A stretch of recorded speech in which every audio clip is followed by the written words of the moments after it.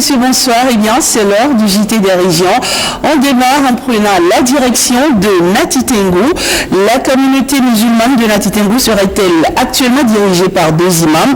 Eh bien, tout porte à le croire au vu de la confusion qui règne en ce moment autour de la désignation du successeur de feu imam Mohamed Sani, décédé il y a seulement quelques mois.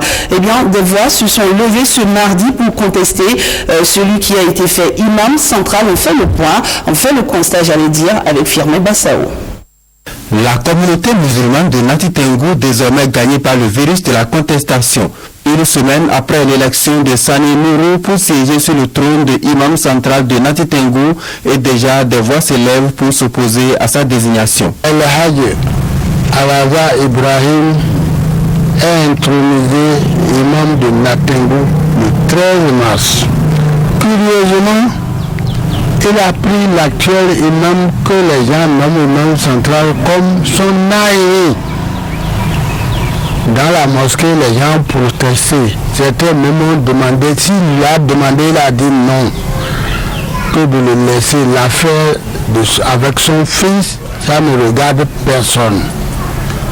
Curieusement, nous l'avons accepté comme ça, nous sommes tués. Donc, il a œuvré correctement et tout le monde sait que le type est capable de poursuivre la mission. Donc les gens ont troublé la situation et le petit s'est levé pour dire qu'il veut aussi être imam. Une seconde aile antagoniste formée autour de El Hadj Alaza Imourou trouve bien d'arguments pour se défendre. Quand il s'agissait du test, il leur a dit ceci. Je n'ai pas affaire à un test. Moi, je suis déjà imam. J'ai fait mon test depuis que j'ai fini le Coran. J'ai fait mon test depuis que j'ai été nommé naïni de la ville de Nati Tengou pendant 15 ans.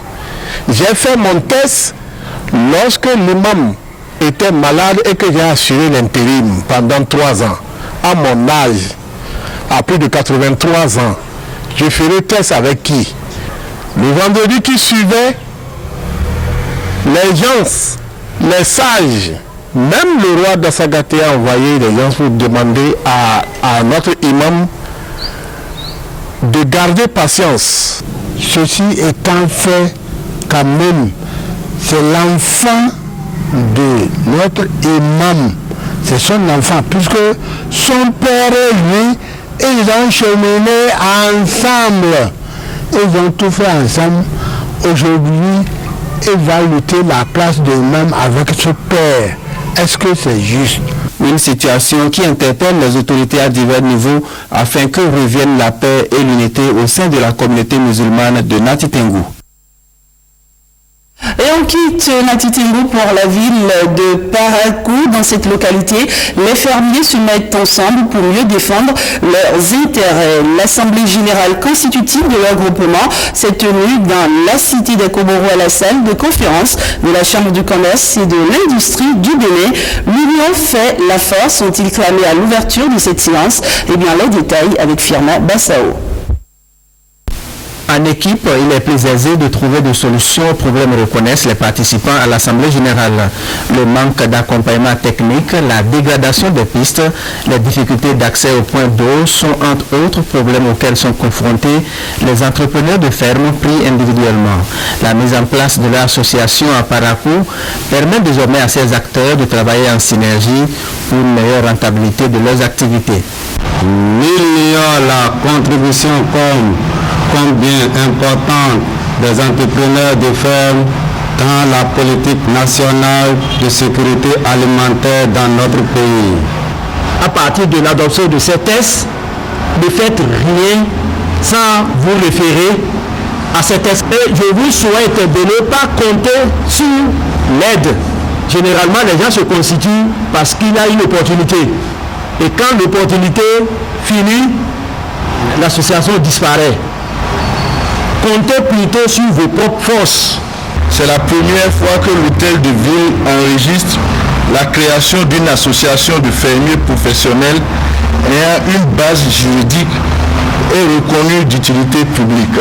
L'association des fermiers de Parakou, loin d'être un simple creuset d'échange d'expérience et de solidarité agissant, Elle est un excellent instrument de développement sur lequel les gouvernants et les partenaires au développement doivent se baser pour atteindre leur vision de sécurité alimentaire pour tous. L'union est ainsi créée au sein de l'association des fermiers de Parakou pour l'autosuffisance alimentaire.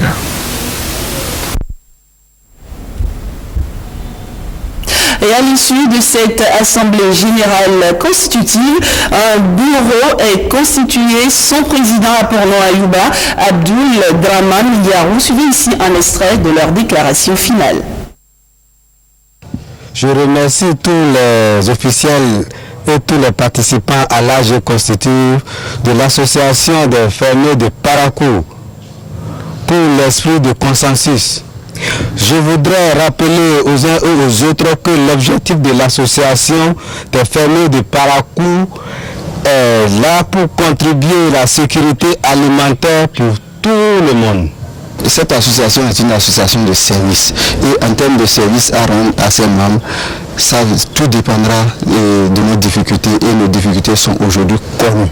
Ces difficultés se numèrent en termes d'absence de financement, de manque d'accompagnement technique, d'insuffisance de matériel et d'équipement agricole pour mener à bien les activités. Nous qui nous réunissons dans ce creuset, nous avons toutes ces difficultés. D'autres qui ont des problèmes techniques, d'autres qui sont dans le besoin du matériel, d'autres qui sont à la recherche des financements.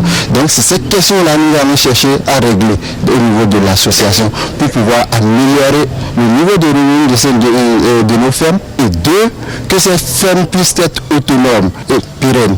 Autrement dit, que la ferme puisse nourrir son homme. Également dans l'actualité de ce JT des régions, on s'intéresse au job des vacances. Si vous le savez, au Bénin, la période des vacances est souvent le moment choisi par quelques élèves pour développer de multiples activités. Une équipe de l'antenne régionale de l'OITB à Boycon est allée à la rencontre de certains élèves qui font petit métier pendant cette période. Sur le terrain, voici le constat de Gilles Dansou et François Zissou. Ils sont visibles dans les rues de Boycon et surtout sur les grandes artères de la ville. Ces jeunes vacanciers deviennent pour la circonstance des vendeurs de 4 cimes, de bouquins ou carrément livrent leurs services au niveau des stations de lavage. J'ai accepté de vendre des livres pendant les vacances pour aider les parents. Je suis en train de faire du travail pour trouver d'argent pour commencer la rentrée. Je suis élève à base de première au CGR Jacotoulo. Je suis là pour vendre les produits chinois, pour trouver l'argent de vacances, pour pouvoir payer les contributions dans la rentrée. Je fais la seconde. Je vois que les parents ne peuvent pas me supporter.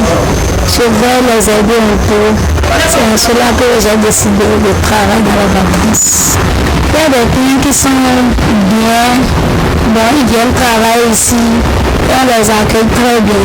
Mais il y a aussi des clients qui viennent pour nous embêter, on est obligé de gérer ça comme cela se doit. Ils sont souvent engagés de façon temporaire. Employeurs et employés tirent des bénéfices de cette collaboration. Bon, on les donne une semaine de formation. On les forme d'abord pendant une semaine au plus. Bon, donc quand ils se mettent dans les activités, ils travaillent très bien. Mon chiffre d'affaires s'augmente aussi. Intéressons-nous aux enfants qui sont obligés d'exercer ces métiers pour s'épanouir la vie d'un inspecteur de travail. L'enfant a droit au loisir. L'enfant doit jouer, il doit être aimé, il doit être entouré d'affection. En fait, aujourd'hui, les enfants se retrouvent dans beaucoup de secteurs auxquels ils ne peuvent pas appartenir, alors que l'âge de travail de l'enfant est fixé aujourd'hui sur le plan international et sur le plan national à 14 ans. Aucun enfant ne doit travailler en dessous de l'âge de 14 ans. L'enfant, il est très délicat, il est précieux, il a beaucoup de droits que nous devons chercher à connaître pour mieux les respecter, pour un bien-être de l'enfant. Job de vacances, d'accord, mais attention au travail des enfants. Voilà, Gilles Dansou de l'antenne régionale de l'OETV à Boïcon s'intéressait au job de vacances. Dans la suite de ce JT des régions, eh bien, on retient que la conférence internationale pour le développement durable de Porto-Novo a démarré ses travaux ce mardi. Au cœur des débats, la promotion des petites et moyennes entreprises. Plusieurs acteurs politiques et opérateurs économiques sont associés à l'initiative de promotion. Plus de précisions avec Emilienne Fayomi. Une conférence internationale pour le développement durable, pourquoi faire? Elle répond aux besoins pressants et à la nécessité d'une nouvelle stratégie de développement socio-économique de la ville de Porto-Novo. Selon les initiateurs du projet, il s'avère nécessaire de rechercher des voies et moyens pour une promotion des produits agricoles, de l'artisanat, en somme, la promotion de l'économie locale à travers les PME. Elle offre aux acteurs de développement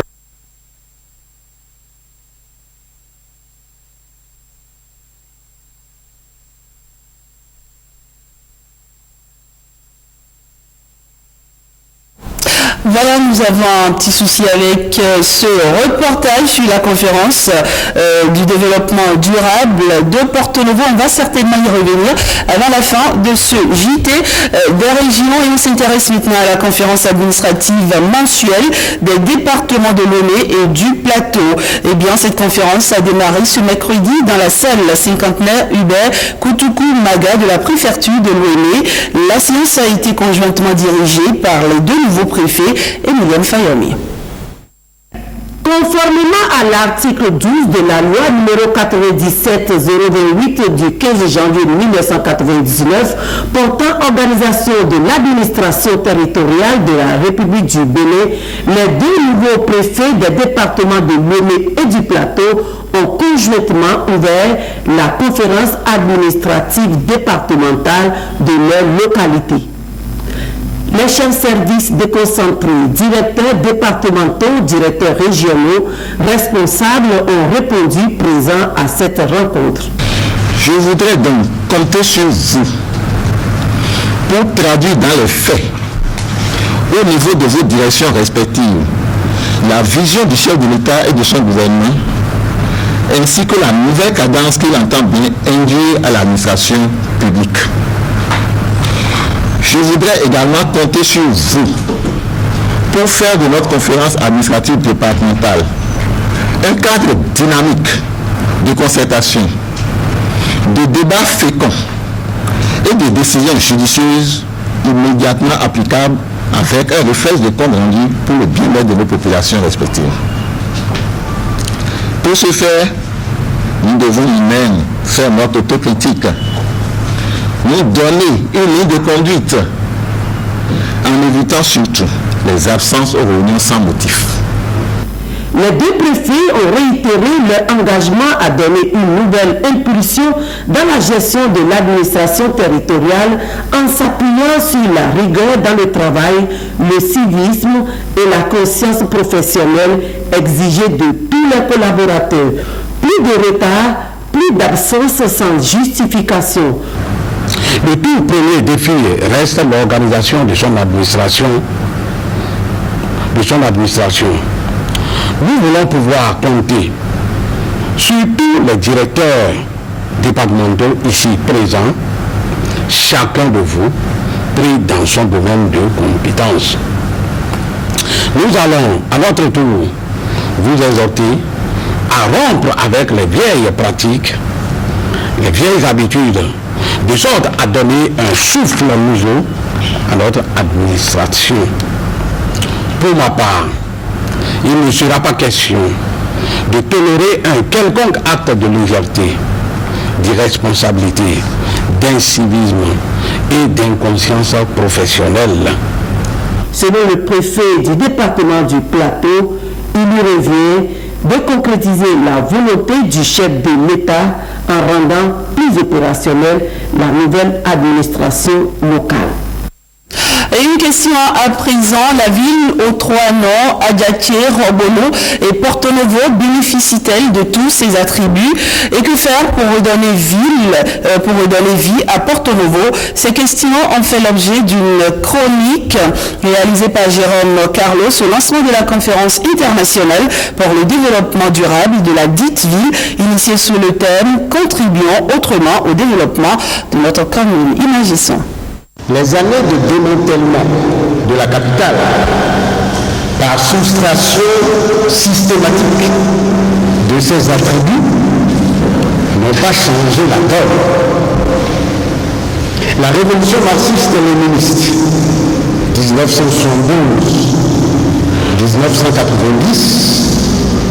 une révolution qui par ailleurs est friande de symboles forts, a changé le Dahomey en Bénin, mais n'a pas osé toucher la capitale.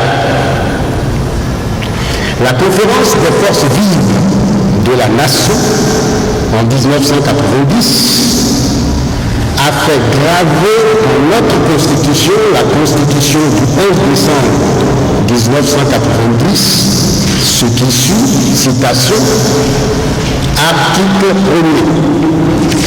L'État du Bénin est une république indépendante et souveraine. La capitale de la République du Bénin est Porto Novo, la capitale d'un pays. Ce n'est pas forcément la ville la plus grande. Ce n'est pas forcément la ville la plus belle. Ce n'est pas forcément la ville la plus riche, la plus prospère.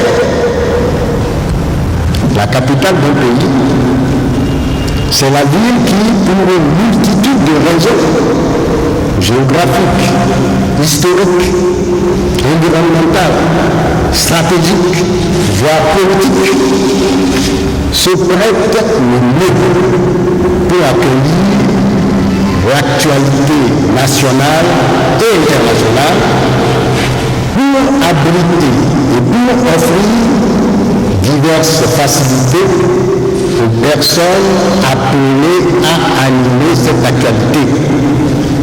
Une ville qui peut offrir un cadre optimal aux événements qui impliquent le pays tout entier. De ces villes où Porto Novo remplit toute cette édition, il n'y a plus qu'à rendre à César ce qui est à César et à Dieu ce qui est à Dieu.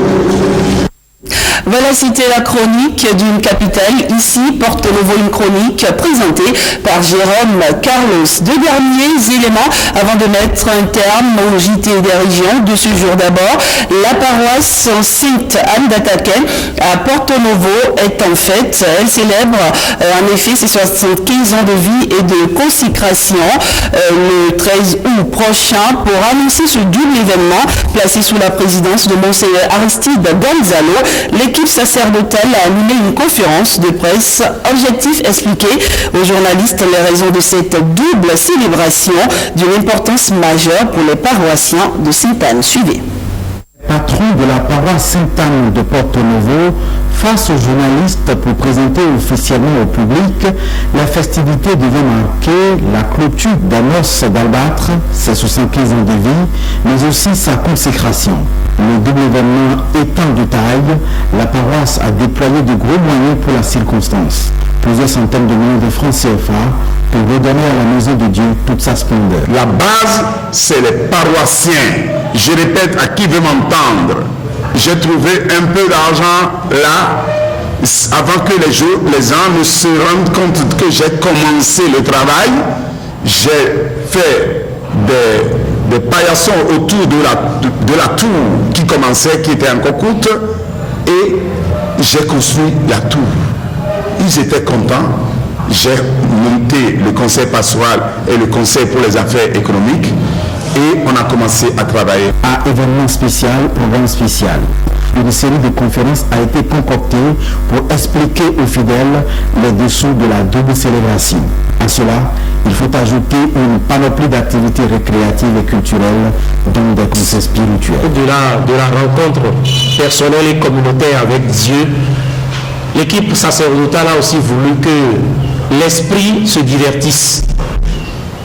Non seulement se divertisse dans les jeux, mais aussi se divertisse intellectuellement. Ce jour-là, fidèles et invités devront se vêtir de ce pagne imprimé aux effigies de la Sainte Vierge, de Sainte-Anne et de quelques symboles de la paroisse. Disponible sur les autres paroisses de l'église catholique de la ville et dans des maisons de certains paroissiens, il est vendu à 20 000 francs CFA. Et on clôture cette édition sur une note de sport, le top de la 10e édition du tournoi annuel de football dénommé Moussa Saka d'Adjara a été donné en fin de semaine écoulée. Le tournoi qui porte le nom de son promoteur vise à renforcer les liens de fraternité entre les jeunes de la commune d'Adjara. Guillaume Aviemi, Brice Rongo. Stade d'Aboto dans l'arrondissement de Louviers, l'un des 6 que compte la commune d'Adjara, accueille la 2e édition du tournoi annuel de football Moussa Saka. Tout comme lors de l'édition précédente, la première, toutes les 6 équipes des 6 arrondissements de la commune sont engagées dans la compétition selon ses organisateurs. L'objectif reste le même depuis la première édition, renforcer les liens de fraternité entre les jeunes de la commune par le biais du football.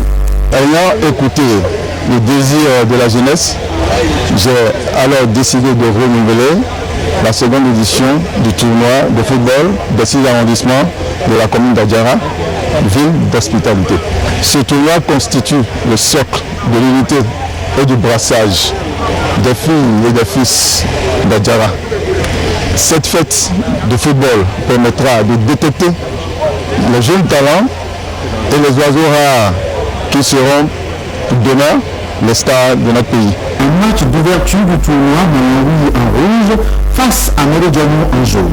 Très tôt, dans le premier quart d'heure de la première partie, Malawi prend l'initiative et ouvre le score. 10 minutes plus tard, Méridiono égalise sur une erreur du gardien de but de Malawi. Les deux équipes vont à la pause sur ce score d'égalité. À la reprise, les rouges imposent leur grand gabarit aux jaunes pendant les 45 minutes de la deuxième partie. La stratégie paie puisque, avant la moitié du temps, Louis Pardoni, auteur du premier but de Malawi, aggrave le score. 2 buts pour Malawi et 1 pour Méridiono au terme de la partie. C'est le Dieu là-bas des entraînements passés qui a payé son prix. Donc je remercie les poulets d'avoir reçu mes conseils et d'avoir agi comme il le faut. C'est le champion le meilleur à gagner, mais mon équipe n'a pas démérité. Je suis content du jeu, mais on va revoir l'arbitrage. Je vais se préparer davantage pour dire le ballon. La finale du tournoi Moussa Saka est prévue pour le 21 prochain. Voilà, et c'est la fin de cette édition que je vous remercie d'avoir suivi. Mais ne partez surtout pas. Les programmes se poursuivent sur la télévision nationale. À très vite.